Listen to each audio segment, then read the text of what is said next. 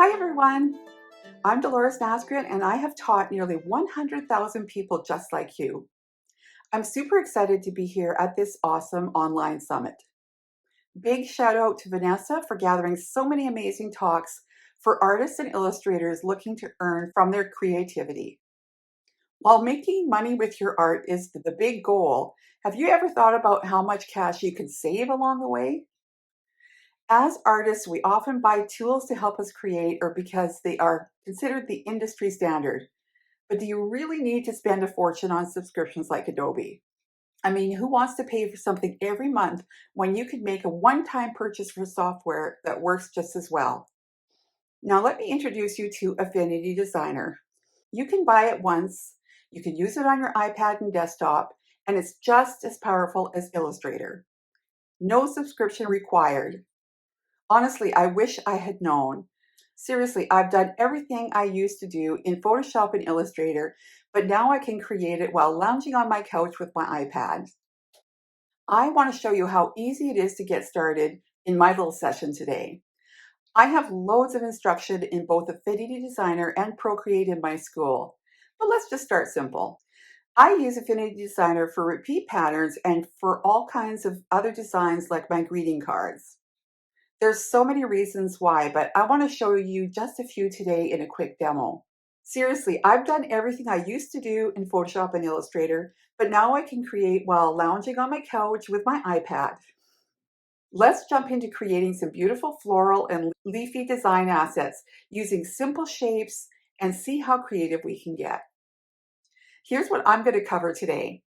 I'm going to show you how to make pretty flowers and leaf designs, all starting from shapes like hearts and clouds and cogs and the pencil tool and a few other little things I'm going to throw in there.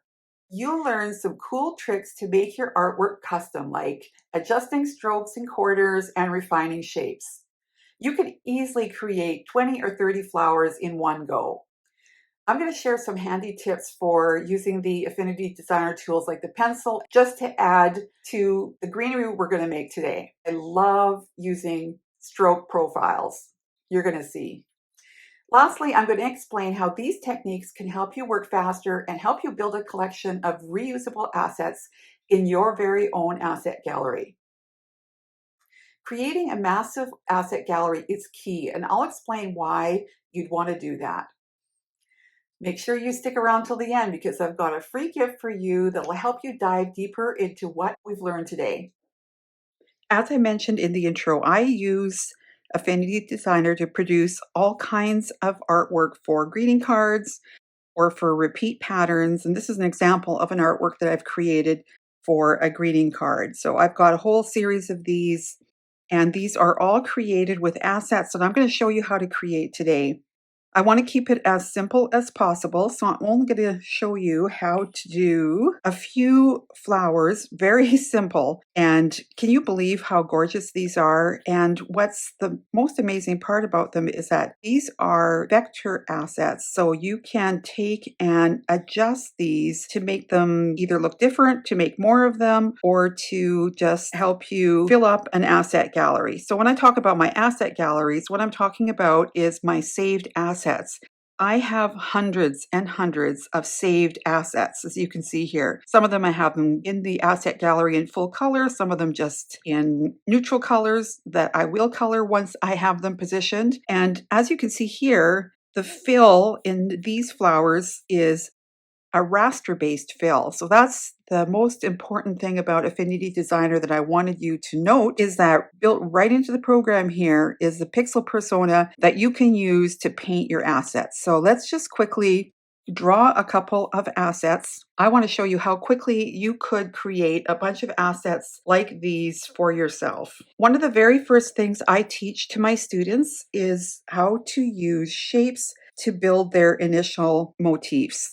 We do have drawing tools here like the pencil tool and the pen tool, but I find that for students just starting out, it's a lot easier for them to work with a basic shape that already exists. I'm going to show you a couple of my favorites and show you what I create with them. So the heart is one of the simplest and easiest ones to use to create both these little leaves or this type of a cupped flower.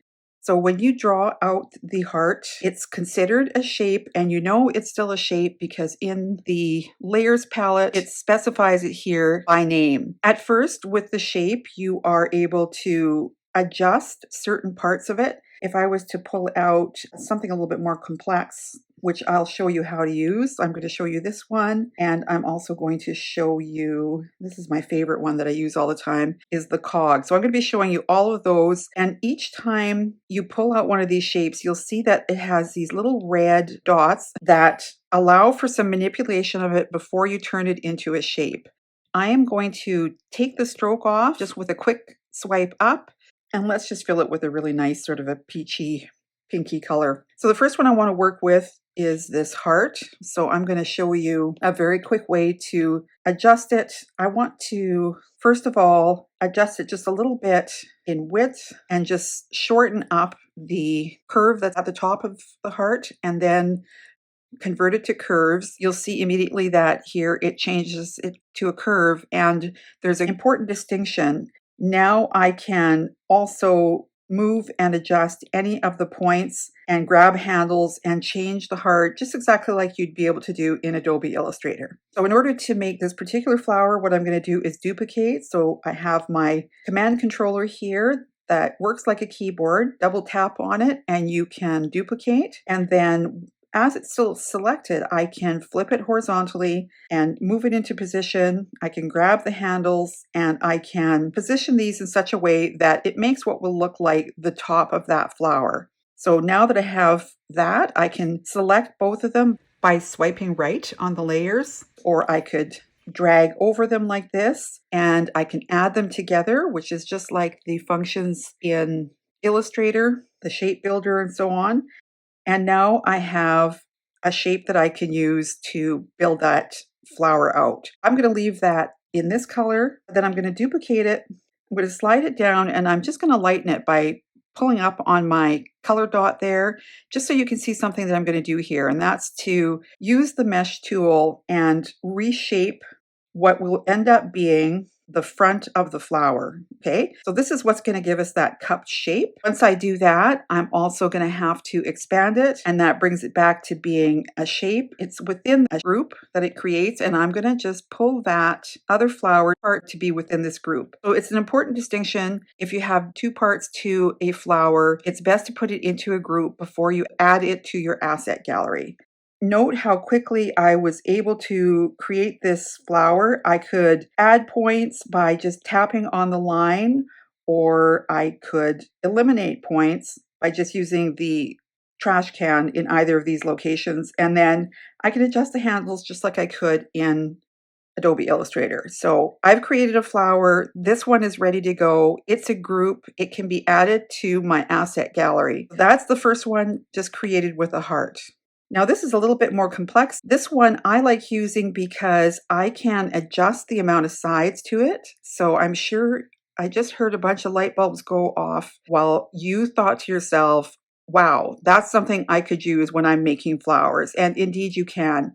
You can also make adjustments to the length of what would become your petals. So just think about that and how easy it would be to create a flower this way. Once we create the curve, you see that just changed to curve here. I can then go in and make adjustments to all of the sides. Right now, I'm just pulling on the side and it's rounding it out. If you were to tap, you would be actually adding a point. So it's just kind of a light touch to pull. You can go through and round out all of the sides, and you've created an instant flower. And the cool thing about it is that you could duplicate this and then make additional changes to make additional flowers. So I could either hold two fingers down and drag it, or I could duplicate it by double tapping on the command controller, and I can get the duplicate flower. Now here what I could do is go in and add points. If I were to do that all around, I could easily create what looks like sunflower petals. You could also pull these in, and personally I like to be not too perfect with them because I like it to look a little bit like it has been hand drawn. I've drawn two flowers so quickly, and I'm sure that you could probably figure out 20 more to do very easily. An example of what you could do is duplicate this one, and then you could grab the nodes at the top or at the ends, and you could round them, and you could instantly create a different type of flower. I want to move right into this one here because this is literally my favorite one. What I love about it is once I'm on the node tool, I can individually move these different parts to create different shapes and different sizes. And I can even still increase the amount of teeth here. So I'm just dragging on that number, and you see how I'm increasing the number of teeth. So imagine this, what you're doing is you're creating your flower, but you're also creating a piece that can be used as the center. So for this, again, you could make 20 flowers in 20 minutes because you could iterate on this idea. At this point, I could expand it. I could use my lasso by engaging my command controller. I'm going to select all of those outside nodes, and then I can round them out. I've just created a different flower. I could go in with the node tool and just tap on the ends of all of these and pull them down to create a different type of petal. So all of these things I've created super quickly.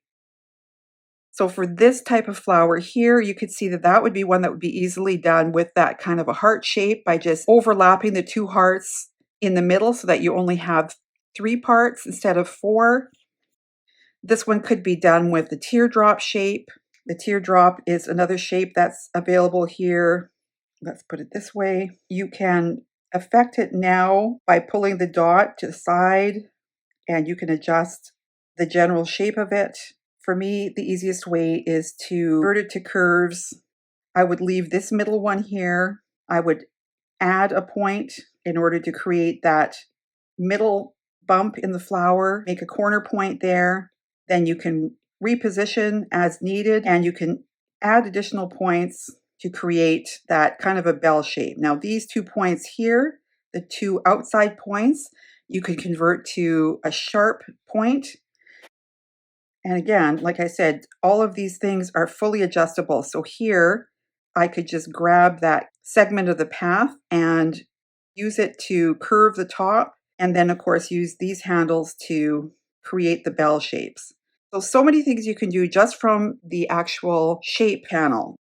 Now, I want to show you also what kind of things you can do with the stroke tool. And I personally rarely draw my leaves and greenery any other way. I'm going to grab a pencil and I'm going to draw a path. Now, right now, I can see that there is a profile set on my stroke. And this stroke, I can adjust the way it looks by working with this pressure setting here and adding or subtracting nodes. So the way I usually do a leaf is to put a sharp end on it by bringing these 2 nodes right down to the bottom. I increase the size, and then I can make adjustments accordingly. Now, what I love to do is have a little bit of a stem there. I'll bring this one up a little bit so that I can get some width on that. Let's change this to green so you can get a better idea.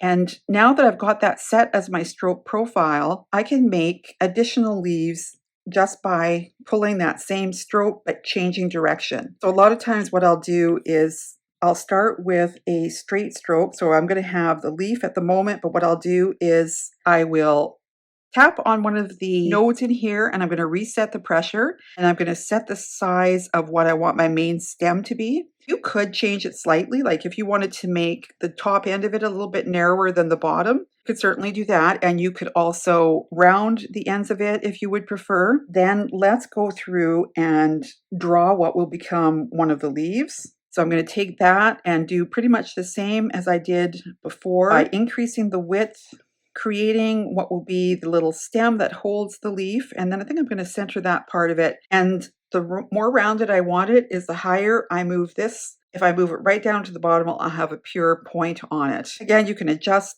the width, and if you shorten your leaf, that profile remains the same. So this is why I use this so much for drawing these little bits of greenery, because you can shape this to fit whatever design you're working on. And note how I'm taking and changing direction and changing the length, and I've created a beautiful stem full of leaves in record time. Now at the moment, I can still make changes as far as the color goes on the stroke, but what I can also do is select all of it. So I've drag selected over all of them. Here I can go to expand stroke, and I should have done that for you larger. So let's take a look at it here. I'm going to lighten the green so you can see the line that designates it as a stroke.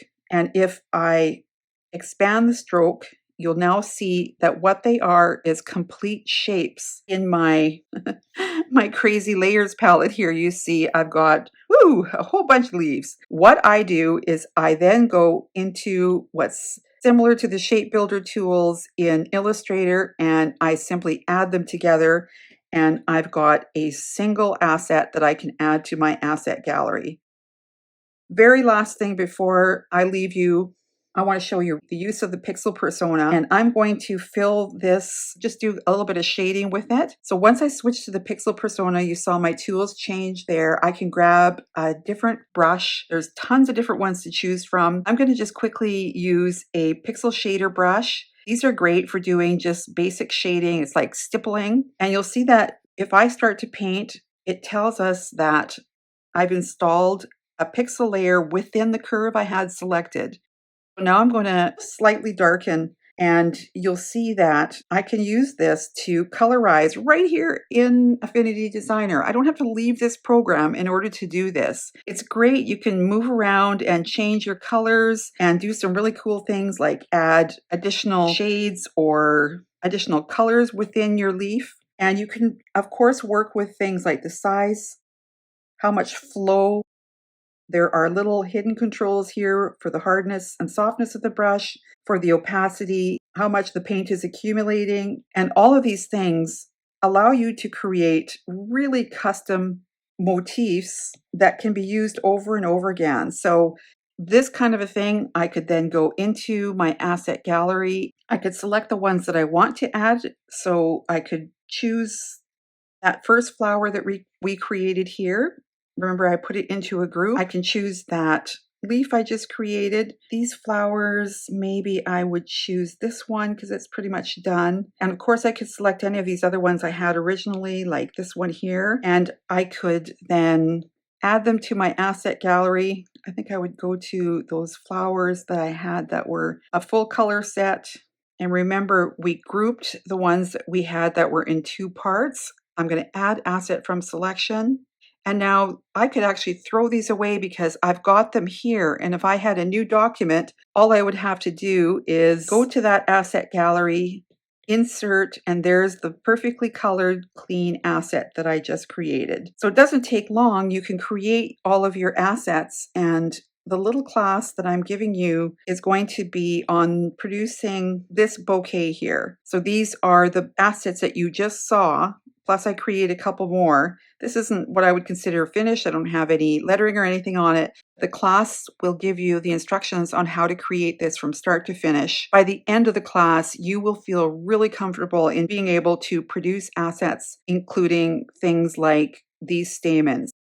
So before we wrap up, remember that the best way to grow as an artist is to use the tools that make your creative time enjoyable, but efficient as well.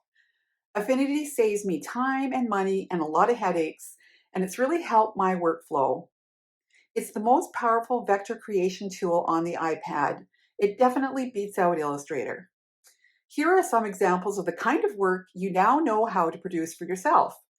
I hope you're having a bit of a light bulb moment and you take advantage of my free offering and consider joining me in other courses. To help you kick off your journey, I'm offering a free guided class that walks you through building your own collection of floral and leafy assets and ending up with a beautiful bouquet of flowers. You can grab that guide by visiting the link attached to the class, and I'm going to also include my Affinity Designer Foundations workbook too. Thanks for hanging out with me today. I hope this session inspired you to check out Affinity Designer and to start using it. It's so reasonably priced. Why not? Just add it to your stable of software. You won't regret it. I can't wait till you get into it and you learn how to use some of my repeat pattern templates. You won't believe how easy it is to create patterns on the fly. Here's to building a gorgeous portfolio while saving some bucks on tools. Happy creating and enjoy the rest of the summit.